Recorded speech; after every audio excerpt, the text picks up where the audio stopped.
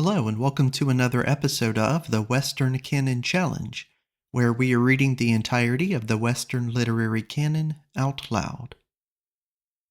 Today we are beginning a new work entitled The New Life, or La Vita Nuova, by Dante Alighieri. This translation is by Dante Gabriel Rossetti. And with that said, I'll get started. In that part of the book of my memory, before the which is little that can be read, there is a rubric saying, "Here beginneth the new life." Under such rubric I find written many things, and among them the words which I purpose to copy into this little book, if not the whole of them, at least their substance. 9 times since my birth had the heaven of lights returned to the self-same point almost, as concerns its own revolution, when first the glorious lady of my mind was made manifest to mine eyes, even she who was called Beatrice by many who knew not wherefore. She had been in the life for so long that within her time the starry heaven had moved toward the eastern quarter, one of the 12 parts of a degree, so that she appeared to me at the beginning of her 9th year almost, and I saw her almost at the end of my 9th year. Her dress on that day was of a most noble color, a subdued and goodly crimson, girdled and adorned in such sort as best suited with her very tender age. I say most truly that at the moment the spirit of life, which hath its dwelling in the secretest chamber of the heart, began to tremble so violently that the least pulses of my body shook therewith, and in trembling it said these words, "Here is a deity stronger than I, who, coming, shall rule over me." At that moment the animate spirit, which dwelleth in the lofty chamber whither all the senses carry their perceptions, was filled with wonder, and speaking more especially unto the spirits of the eyes, said these words, "Your beatitude hath now been made manifest unto you." At that moment the natural spirit, which dwelleth there where our nourishment is administered, began to weep, and in weeping said these words, "Woe is me, for that often I shall be disturbed from this time forth." I say that from that time forward love quite governed my soul, which was immediately espoused to him, and with so safe and undisputed a lordship, by virtue of a strong imagination, that I had nothing left for it but to do all his bidding continually.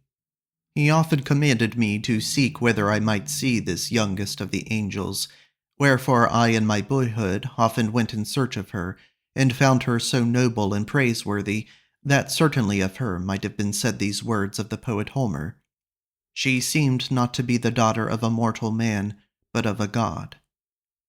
And albeit her image, which was with me always, was an exaltation of love to subdue me, it was yet of so perfect a quality that it never allowed me to be overruled by love without the faithful counsel of reason, whensoever such counsel was useful to be heard. But seeing that were I to dwell overmuch on the passions, and doing of such early youth, my words might be counted something fabulous, I will therefore put them aside, and passing many things that may be conceived by the pattern of these, I will come to such as are writ in my memory with a better distinctness. After the lapse of so many days that 9 years exactly were completed since the above written appearance of this most gracious being, on the last of those days it happened that the same wonderful lady appeared to me dressed all in pure white, between 2 gentle ladies elder than she. And passing through a street, she returned her eyes thither where I stood sorely abashed, and by her unspeakable courtesy, which is now guerdoned in the great cycle, she saluted me with so virtuous a bearing that I seemed then and there to behold the very limits of blessedness. The hour of her most sweet salutation was exactly the 9th of that day, and because it was the first time that any words from her reached mine ears, I came into such sweetness that I parted thence as one intoxicated. And betaking me to the loneliness of mine own room, I fell to thinking of this most courteous lady, thinking of whom I was overtaken by a pleasant slumber, wherein a marvelous vision was presented to me. For there appeared to be in my room a mist of the color of fire, within the which I discerned the figure of a lord of terrible aspect to such as should gaze upon him, but who seemed therewithal to rejoice inwardly that it was a marvel to see. Speaking, he said many things, among the which I could understand but few, and of these this: I am thy master. In his arms it seemed to me that a person was sleeping, covered only with a blood-colored cloth, upon whom looking very attentively I knew that it was the lady of the salutation who had deigned the day before to salute me. And he who held her held also in his hand a thing that was burning in flames, and he said to me, Behold thy heart. But when he had remained with me a little while, I thought that he had set himself to awaken her that slept, after which he made her to eat that thing which flamed in his hand, and she ate as one fearing. Then, having waited again a space, all his joy was turned into most bitter weeping, and as he wept, he gathered the lady into his arms, and he seemed to me that he went with her up towards the heaven, whereby such a great anguish came upon me that my light slumber could not endure through it, but was suddenly broken. And immediately having considered, I knew that the hour wherein this vision had been manifest to me was the 4th hour, which is to say, the first of the 9 last hours of the night. Then, musing on what I had seen, I purposed to relate the same to many poets who were famous in that day, and for that I had myself in some sort the art of discourse with rhyme, I resolved on making a sonnet, in the which, having saluted all such as are subject unto love, and entreated them to expound my vision, I should write unto them those things which I had seen in my sleep. And the sonnet I made was this: To every heart which the sweet pain doth move, and unto which these words may now be brought, be greeting in our Lord's name, which is love, of those long hours wherein the stars, above, wake and keep watch. The third was almost not, when love was shown me with spirit terrors fraught, as may not carelessly be spoken of.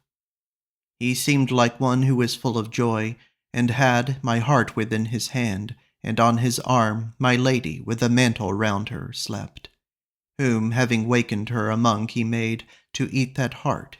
She ate, as fearing harm. Then he went out, and as he went, he wept. To this sonnet I received many answers, conveying many different opinions, of the which one was sent by him whom I now call the first among my friends, and it began thus: Unto my thinking thou beheldest all worth. And indeed it was when he learned that I was he who had sent those rhymes to him that our friendship began. But the true meaning of that vision was not then perceived by anyone, though it be now evident to the least skilful. From that night forth, the natural functions of my body began to be vexed and impeded, for I was given up wholly to thinking of this most gracious creature, whereby in short space I became so weak and so reduced that it was irksome to many of my friends to look upon me, while others, being moved by spite, went about to discover what I wished and should be concealed. Wherefore I, perceiving the drift of their unkindly questions, by love's will, who directed me according to the counsels of reason, told me how it was love himself who had thus dealt with me. And I said so, because the thing was so plainly to be discerned in my countenance that there was no longer any means of concealing it. But when they went on to ask, And by whose help hath love done this? I looked in their faces, smiling, and spake no word in return. Now it fell on a day that this most gracious creature was sitting where words were to be heard of the Queen of Glory, and I was in a place whence mine eyes could behold their beatitude. And betwixt her and me, in a direct line, sat another lady of a pleasant favour, who looked round at me many times, marvelling at my continued gaze, which seemed to have her for its object.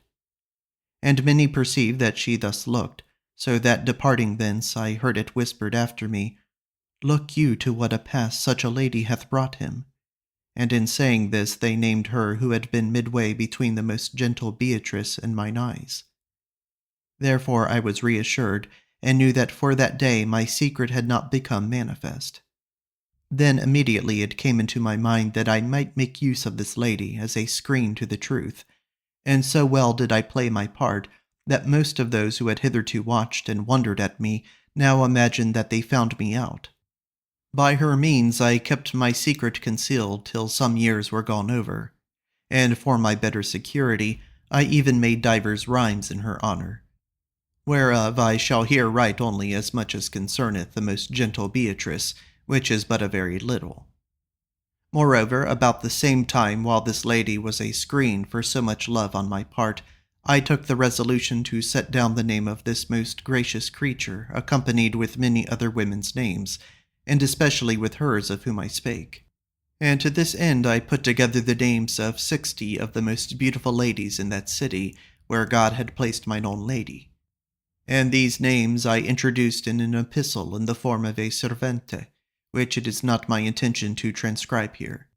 Neither should I have said anything of this matter, did I not wish to take note of a certain strange thing, to wit, that having written the list, I found my lady's name would not stand otherwise than ninth in order among the names of these ladies. Now it so chanced with her by whose means I had thus long time concealed my desire, that it behoved her to leave the city I speak of, and to journey afar. Wherefore I, being sorely perplexed at the loss of so excellent a defence, had more trouble than even I could before have supposed, and thinking that if I spoke not somewhat mournfully of her departure, my former counterfeiting would be the more quickly perceived, I determined that I would make a grievous sonnet thereof, the which I will write here, because it had certain words in it whereof my lady was the immediate cause, as will be plain to him that understands.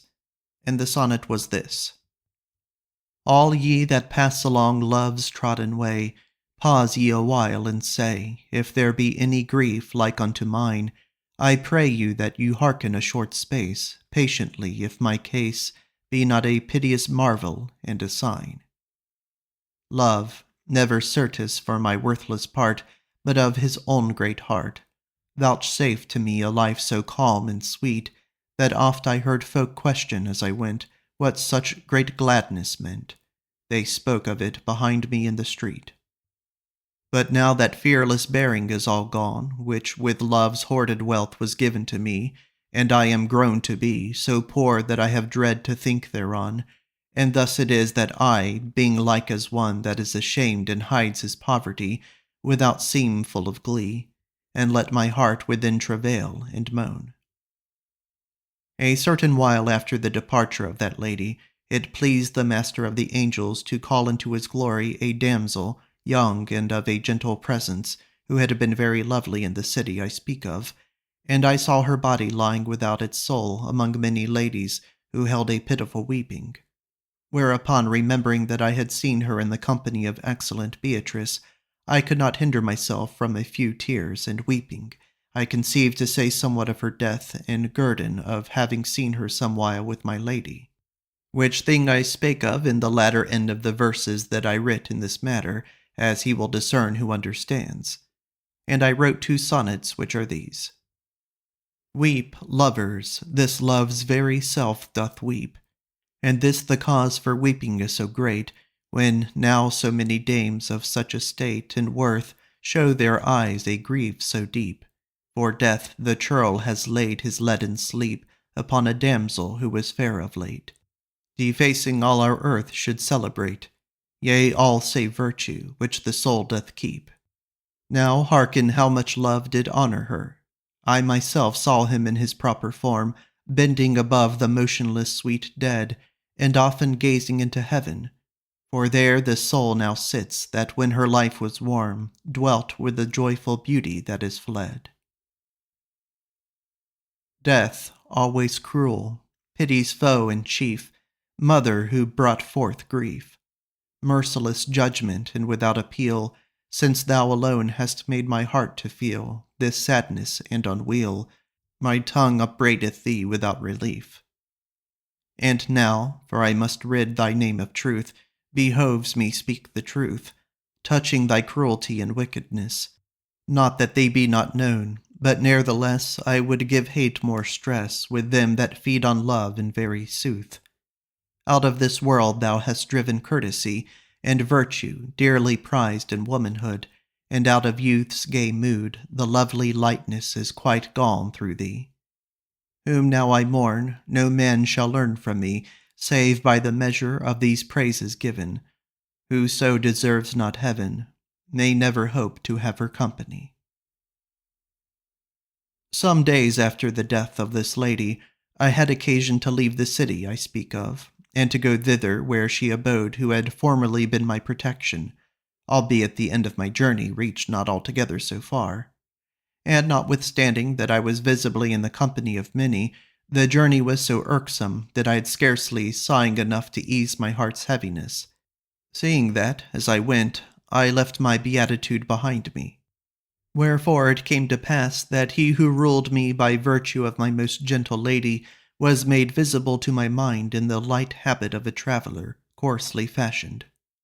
He appeared to me troubled, and looked always on the ground, saving only that sometimes his eyes were turned towards a river, clear and rapid, that flowed along the path I was taking. And then I thought love called me, and said to me these words: I come from the lady who was so long thy surety, for the matter of whose return I know that it may not be. Wherefore I have taken that heart which I had made thee leave with her, and do bear it unto another lady, who, as she was, shall be thy surety.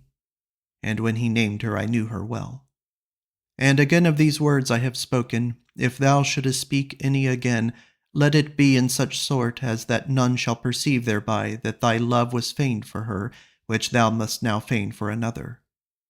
And when he had spoken thus, all my imagining was gone suddenly, for it seemed to me that love became a part of myself, so that, changed as it were in mine aspect, I rode on full of thought the whole of that day, and with heavy sighing.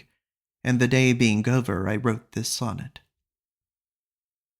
A day agone, as I rode sullenly upon a certain path that liked me not, I met love midway, while the air was hot, clothed lightly as a wayfarer might be, and for the cheer he showed, he seemed to me as one who hath lost lordship he had got, advancing toward me full of sorrowful thought, bowing his forehead so that none should see.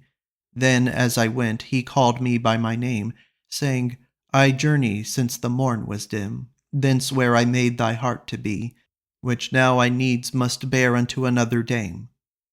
Wherewith so much passed into me of him that was gone, and I discerned not how. On my return, I set myself to seek out that lady whom my master had named to me while I journeyed sighing. And because I would be brief, I will now narrate that in a short while I made her my surety, in such sort that the matter was spoken of by many in terms scarcely courteous, through the which I had often whiles many troublesome hours. And by this it happened, to wit, by this false and evil rumour which seemed to misfame me of vice, that she who was the destroyer of all evil, and the queen of all good, coming where I was, denied me her most sweet salutation, in the which alone was my blessedness. And here it is fitting for me to depart a little from this present matter, that it may be rightly understood of what surpassing virtue her salutation was to me. To the which end I say that when she appeared in any place, it seemed to me by the hope of her excellent salutation, that no man was mine enemy any longer, and such warmth of charity came upon me that most certainly in that moment I would have pardoned whosoever had done me an injury. And if one should then have questioned me concerning any matter, I could only have said unto him, Love, with a countenance clothed in humbleness. And what time she made ready to salute me, the spirit of love, destroying all other perceptions, thrust forth the feeble spirits of my eyes, saying, Do homage unto your mistress, and putting itself in their place to obey, so that he who would might then have beheld love, beholding the lids of mine eyes shake. And when this most gentle lady gave her salutation, love, so far from being a medium beclouding mine intolerable beatitude, then bred in me such an overpowering sweetness, that my body, being all subjected thereto, remained many times helpless and passive.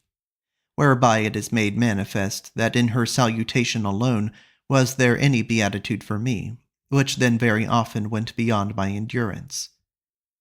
And now, resuming my discourse, I will go on to relate that when, for the first time, this beatitude was denied me, I became possessed with such grief, that, parting myself from others, I went into a lonely place to bathe the ground with most bitter tears. And when, by this heat of weeping, I was somewhat relieved, I betook myself to my chamber where I could lament unheard. And there, having prayed to the Lady of all mercies, and having said also, O love, aid thou thy servant, I went suddenly asleep like a beaten, sobbing child.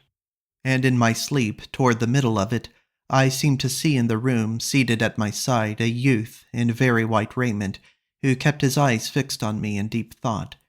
And when he had gazed some time, I thought that he sighed, and called to me in these words, My son, it is time for us to lay aside our counterfeiting. And thereupon I seemed to know him, for the voice was the same wherewith he had spoken at other times in my sleep. Then looking at him, I perceived that he was weeping piteously, and that he seemed to be waiting for me to speak. Wherefore, taking heart, I began thus, Why weepest thou, master of all honor? And he made answer to me, I am as the center of a circle, to the which all parts of the circumference bear an equal relation, but with thee it is not thus. And thinking upon his words, they seemed to me obscure, so that again compelling myself unto speech, I asked of him, What thing is this, master, that thou hast spoken thus darkly? To the which he made an answer in the vulgar tongue, Demand no more than may be useful to thee. Whereupon I began to discourse with him concerning her salutation, which he had denied me, and when I had questioned him of the cause, he said these words, Our Beatrice hath heard from certain persons that the lady whom I named to thee while thou journeyest full of sighs is sorely disquieted by thy solicitudes, and therefore this most gracious creature, who is the enemy of all disquiet, being fearful of such disquiet, refused to salute thee. For the which reason, albeit in very sooth, thy secret must needs have become known to her by familiar observation. It is my will that thou compose certain things in rhyme, in the which thou shalt set forth how strong a mastership I have obtained over thee through her, and how thou wast hers even from thy childhood. Also do thou call upon him that knoweth these things to bear witness to them, bidding him to speak with her thereof, the which I, who am he, will do willingly. And thus she shall be made to know thy desire, knowing which she shall know likewise that they were deceived who spake of thee to her. And so write these things that they shall seem rather to be spoken by a third person, and not directly by thee to her, which is scarce fitting. After the which send them not without me, where she may chance to hear them, but have them fitted with a pleasant music, into the which I will pass whensoever it needeth. With this speech he was away, and my sleep was broken up.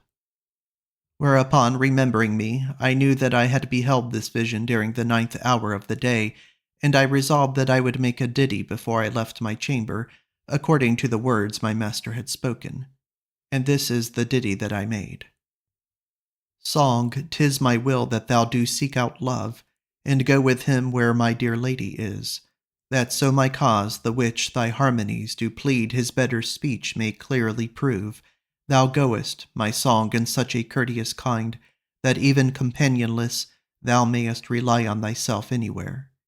And yet, an thou wouldest get thee a safe mind, first unto love address thy steps, whose aid mayhap 'twere ill to spare, seeing that she to whom thou makest thy prayer is, as I think, ill-minded unto me, and that if love do not companion thee, thou'lt have perchance small cheer to tell me of. With a sweet accent, when thou comest to her, begin thou in these words, first having craved a gracious audience. He who hath sent me as his messenger, lady, thus much records, and thou but suffer him in his defence. Love, who comes with me by thine influence, can make this man do as it liketh him, wherefore this fault is, or doth but seem, do thou conceive, for his heart cannot move. Say to her also, Lady, his poor heart is so confirmed in faith, that all its thoughts are but of serving thee. 'Twas early thine, and could not swerve apart. Then if she wavereth, bid her ask love, who knows if these things be, and in the end beg of her modestly to pardon so much boldness, saying to, If thou declare his death to be thy due, the thing shall come to pass, as doth behove. Then pray thou of the Master of all truth, before thou leave her there, that he befriend my cause, and plead it well, and guerdon of my sweet rhymes and my truth. Entreat him stay with her. Let not the hope of thy poor servant fail, and if with her thy pleading should prevail, let her look on him, and give peace to him. Gentle my song, if good to thee it seem, do this, so worship shall be thine in love. After this vision I have recorded, and having written those words which love had dictated to me, I began to be harassed with many and diverse thoughts, by each of which I was sorely tempted, and in especial there were 4 among them that left me no rest. The first was this: Certainly the lordship of love is good, seeing that it diverts the mind from all mean things. The second was this: Certainly the lordship of love is evil, seeing that the more homage his servants pay to him, the more grievous and painful are the torments wherewith he torments them. The third was this: The name of love is so sweet in the hearing that it would not seem possible for its effects to be other than sweet, seeing that the name must needs be like unto the thing named, as it is written, Names are the consequence of things.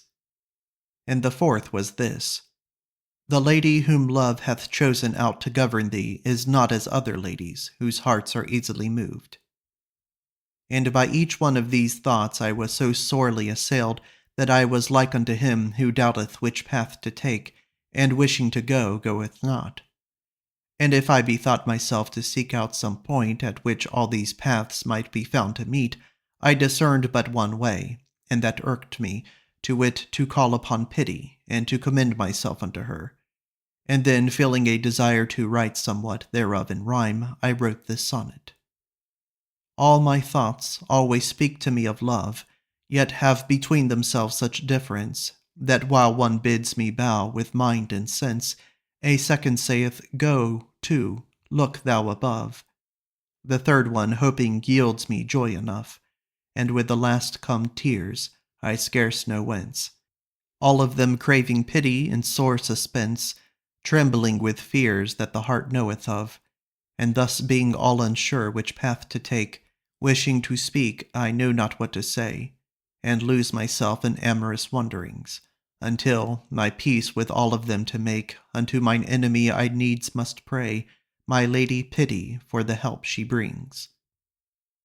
After this battling with many thoughts, it chanced a day that my most gracious lady was with a gathering of ladies in a certain place, to the which was I conducted by a friend of mine, he thinking to do me a great pleasure by showing me the beauty of so many women.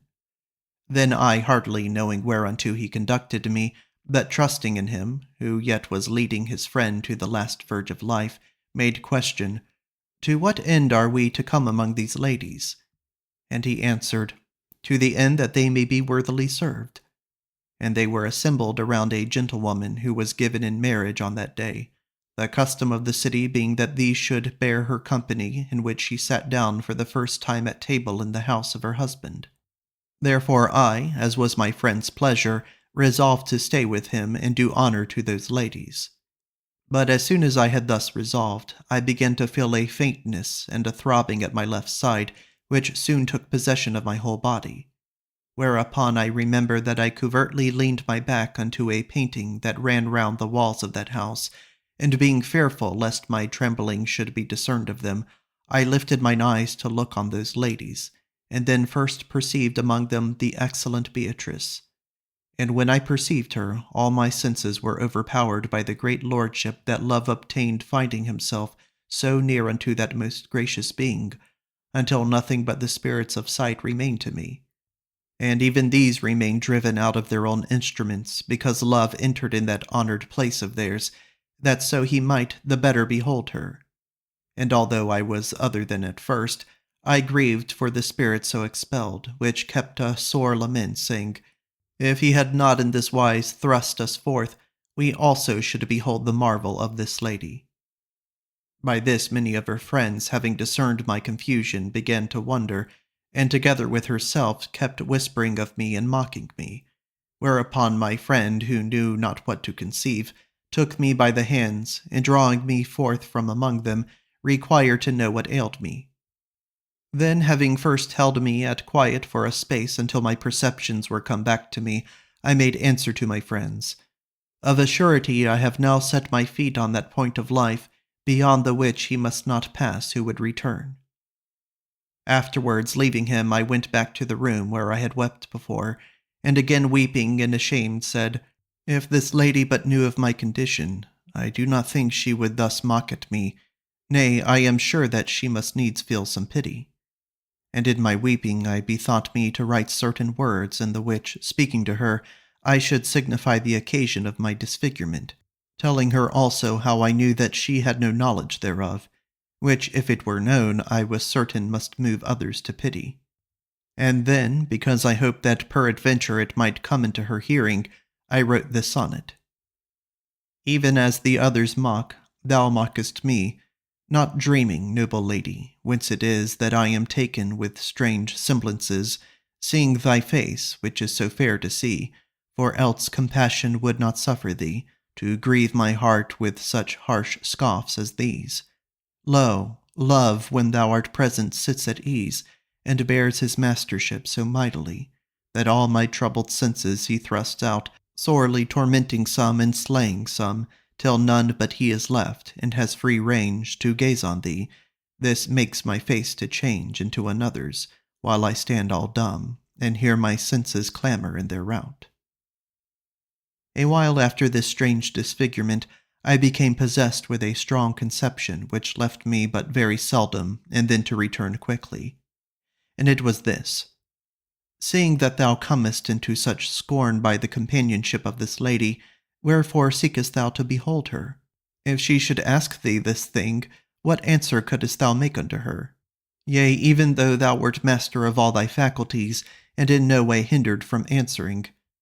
Unto the which another very humble thought said in reply, "If I were master of all my faculties, and in no way hindered from answering, I would tell her that no sooner do I image to myself her marvelous beauty than I am possessed with a desire to behold her, the which is so of great strength that it kills and destroys in my memory all those things which might oppose it.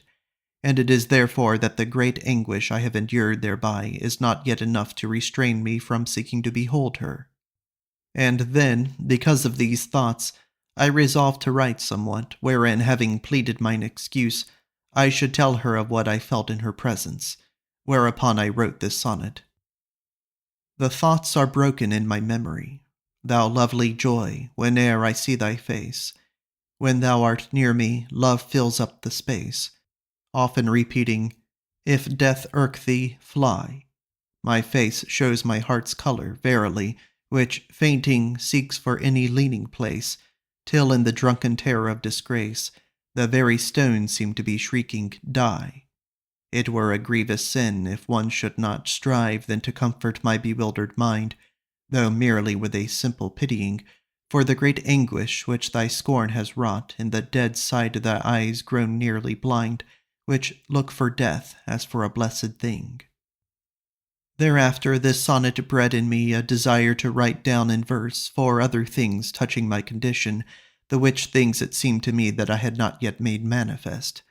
The first among these was the grief that possessed me very often, remembering the strangeness which love wrought in me. The second was, how love many times assailed me so suddenly, and with such strength that I had no other life remaining except a thought that spake of my lady.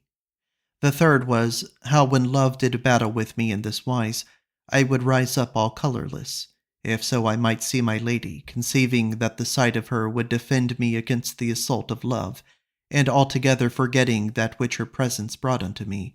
And the fourth was, how when I saw her, the sight not only defended me not, but took away the little life that remained to me. And I said these 4 things in a sonnet, which is this: At whiles, yea, oftentimes, I muse over the quality of anguish that is mine through love. Then pity makes my voice to pine, saying, "Is any else thus, anywhere?" Love smiteth me, whose strength is ill to bear, so that all of my life is left no sign except one thought, and that because 'tis thine, leaves not the body but abideth there. And then if I, whom other aid forsook, would aid myself, and innocent of art, would fain have sight of thee as a last hope, no sooner do I lift mine eyes to look, than the blood seems as shaken from my heart, and all my pulses beat at once and stop. After I had written these 3 last sonnets, wherein I spake unto my lady, telling her almost the whole of my condition, it seemed to me that I should be silent, having said enough concerning myself. But albeit I spake not to her again, yet it behoved me afterward to write of another matter, more noble than the foregoing, and for that the occasion of what I then wrote may be found pleasant in the hearing, I will relate it as briefly as I may. Through the sore change in my aspect, the secret of my heart was now understood of many. Which thing being thus, there came a day when certain ladies, to whom it was well known, they having been with me at divers times in my trouble, were met together for the pleasure of gentle company. And as I was going that way by chance, but I think rather by the will of fortune, I heard one of them call unto me, and she that called was a lady of very sweet speech. And when I had come close up to them, and perceived that they had not among them mine excellent lady, I was reassured, and saluted them, asking of their pleasure. The ladies were many, divers of whom were laughing one to another, while divers gazed at me as though I should speak anon. But when I still spake not, one of them, who before had been talking with another, addressed me by my name, saying, To what end lovest thou this lady, seeing that thou canst not support her presence? Now tell us this thing, that we may know it, for certainly the end of such a love must be worthy of knowledge. And when she had spoken these words, not she only, but all they that were with her, began to observe me, waiting for my reply, whereupon I said thus unto them, Ladies, the end and aim of my love was but the salutation of that lady, of whom I conceive that ye are speaking, wherein alone I found that beatitude which is the goal of desire. And now that it hath pleased her to deny me this, love, my master, of his great goodness hath placed all my beatitude there, where my hope will not fail me. Then those ladies began to talk closely together, and as I have seen snow fall among the rain, so was their talk mingled with sighs.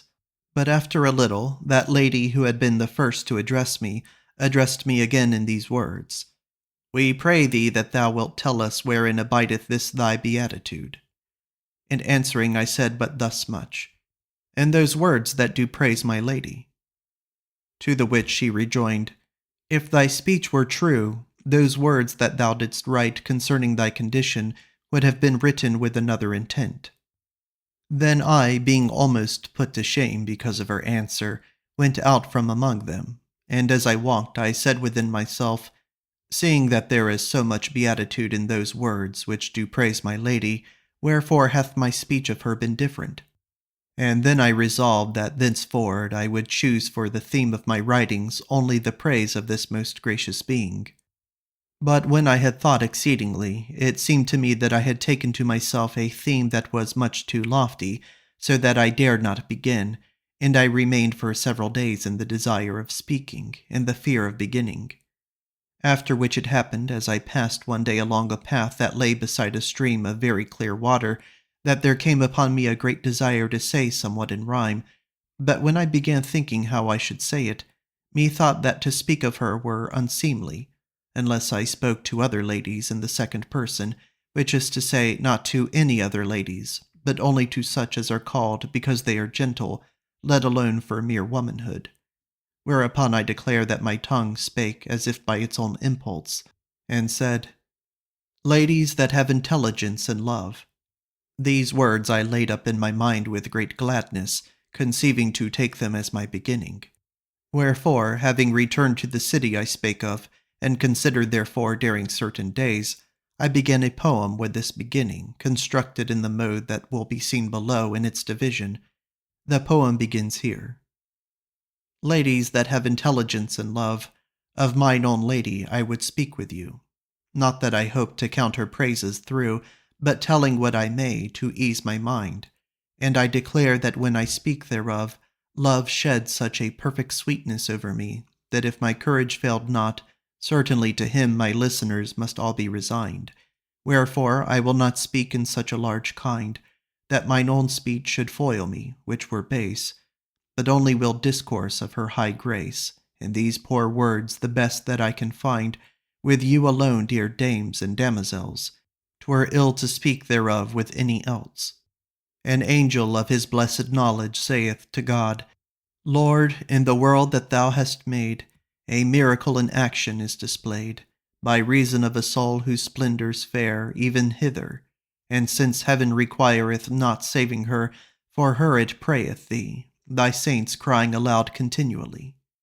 Yet pity still defends our earthly share, and that sweet soul, God answering thus the prayer, My well-beloved, suffer that in peace your hope remain, while so my pleasure is, that where one dwells who dreads the loss of her, and who in hell unto the doom shall say, I have looked on that for which God's chosen prey.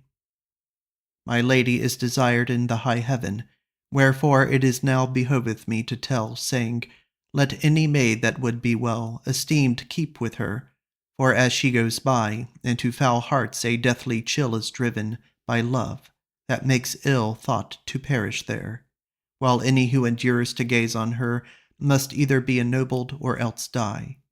When one deserving to be raised so high is found, 'tis then her power attains its proof, making his heart strong for his soul's behoof. With the full strength of meek humility, also this virtue owns she, by God's will, who speaks with her can never come to ill. Love saith concerning her, How chanceth it that flesh which is of dust should be thus pure? Then gazing always he makes oath, For sure, this is a creature of God till now unknown. She hath that paleness of the pearl that's fit in a fair woman, so much and not more. She is as high as nature's skill can soar, beauty is tried by her comparison. Whatever her sweet eyes are turned upon, spirits of love do issue thence in flame, which through their eyes, who then may look on them, pierce to the heart's deep chamber every one, and in her smile love's image you may see, whence none can gaze upon her steadfastly. Dear song, I know thou wilt hold gentle speech with many ladies when I send thee forth, wherefore, being mindful that thou hadst thy birth from love, and art a modest simple child, whomso thou meetest, say thou this to each, Give me good speed, to her I wend along, in whose much strength my weakness is made strong. And if I the end thou wouldest not be beguiled, of all thy labor seek not the defiled and common sort, but rather choose to be where man and woman dwell in courtesy. So to the road thou shalt be reconciled, and find the lady, and with the lady love. Commend thou me to each, as doth behoove. When this song was a little gone abroad, a certain one of my friends, hearing the same, was pleased to question me, that I should tell him what thing love is. It may be conceiving from the words thus heard a hope of me beyond my desert. Wherefore I, thinking that after such discourse it were well to say somewhat of the nature of love, and also in accordance with my friend's desire, purposed to write certain words in the which I should treat of this argument. And the sonnet that I then made is this. Love and the gentle heart are one same thing, even as the wise man in his ditty saith, each of itself would be such life and death as rational soul bereft of reasoning. 'Tis nature makes them when she loves. A king love is, whose palace where he sojourneth is called the heart. There draws he quiet breath, at first with brief or longer slumbering. Then beauty, seen in virtuous womankind, will make the eyes desire, and through the heart send the desiring of the eyes again, where often it abides so long enshrined, that love at length out of this sleep will start, and women feel the same for worthy men. Having treated of love in the foregoing, it appeared to me that I should also say something in praise of my lady, wherein it might be set forth how love manifested itself when produced by her, and how not only she could awaken it where it slept, but where it was not she could marvelously create it. To the which end I wrote another sonnet, and it is this. My lady carries love within her eyes, All that she looks on is made pleasanter. Upon her path men turn to gaze at her. He whom she greeteth feels his heart to rise, and droops his troubled visage full of sighs, and of his evil heart is then aware. Hates love and pride, becomes a worshipper. O women, help to praise her in some wise. Humbleness and the hope that hopeth well, by speech of hers, into the mind are brought. And who beholds is blessed often whiles. The look she hath when she a little smiles cannot be said nor holden in thought. 'Tis such a new and gracious miracle. Not many days after this, it being the will of the Most High God, who also from himself put not away death, the Father of wonderful Beatrice, going out of this life, passed certainly into glory. Thereby it happened, as of very sooth it might not be otherwise, that this lady was made full of the bitterness of grief, seeing that such a parting is very grievous unto those friends who are left, and that no other friendship is like to that between a good parent and a good child. And furthermore, considering that this lady was good in the supreme degree, and her father, as by many it hath been truly averred, of exceeding goodness. And because it is the usage of that city that men meet with men in such a grief, and women with women, certain ladies of her companionship gathered themselves unto Beatrice, where she kept alone in her weeping. And as they passed in and out, I could hear them speak concerning her, how she wept. At length 2 of them went by me, who said, Certainly she grieveth in such sort that one might die for pity, beholding her. Then, feeling the tears upon my face, I put up my hands to hide them, and had it not been that I hoped to hear more concerning her, seeing that where I sat her friends passed continually in and out, I should assuredly have gone thence to be alone, when I felt the tears come. But as I still sat in that place, certain ladies again passed near me, who were saying among themselves, Which of us shall be joyful any more, who have listened to this lady in her piteous sorrow? And there were others who said as they went by me, He that sitteth here should not weep more if he had beheld her as we have beheld her. And again, He is so altered that he seemeth not as himself.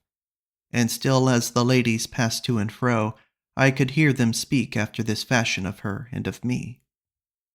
Wherefore afterward, having considered, and perceiving that there was herein matter for poesy, I resolved that I would write certain rhymes, in the which should be contained all that those ladies had said.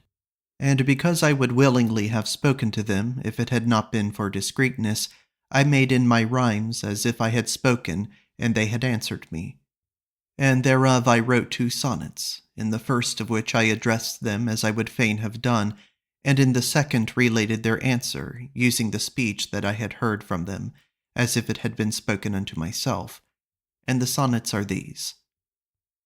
You that thus wear a modest countenance, with lids weighed down by the heart's heaviness, whence come you, that among you every face appears the same for its pale, troubled glance? Have you beheld my lady's face, perchance, bowed with grief that love makes full of grace? Say now, this thing is thou, as my heart says, marking your grave and sorrowful advance. And if indeed you come from where she sighs and mourns, may it please you, for his heart's relief, to tell how it fares with her unto him, who knows that you have wept, seeing your eyes, and is so grieved with looking on your grief, that his heart trembles, and his sight grows dim. Canst thou indeed be he that still would sing of our dear Lady unto none but us? For though thy voice confirms that it is thus, thy visage might another witness bring. And wherefore is thy grief so sore a thing, that grieving thou makest other dolorous? Hast thou too seen her weep, that thou from us canst not conceal thine inward sorrowing? Nay, leave our woe to us, let us alone. 'Twere sin if one should strive to soothe our woe, for in her weeping we have heard her speak, also her look so full of her heart's moan, that they who should behold her looking so must fall a swoon, feeling all life grow weak. This is the end of Part 1 of The New Life by Dante Alighieri. Thank you for listening.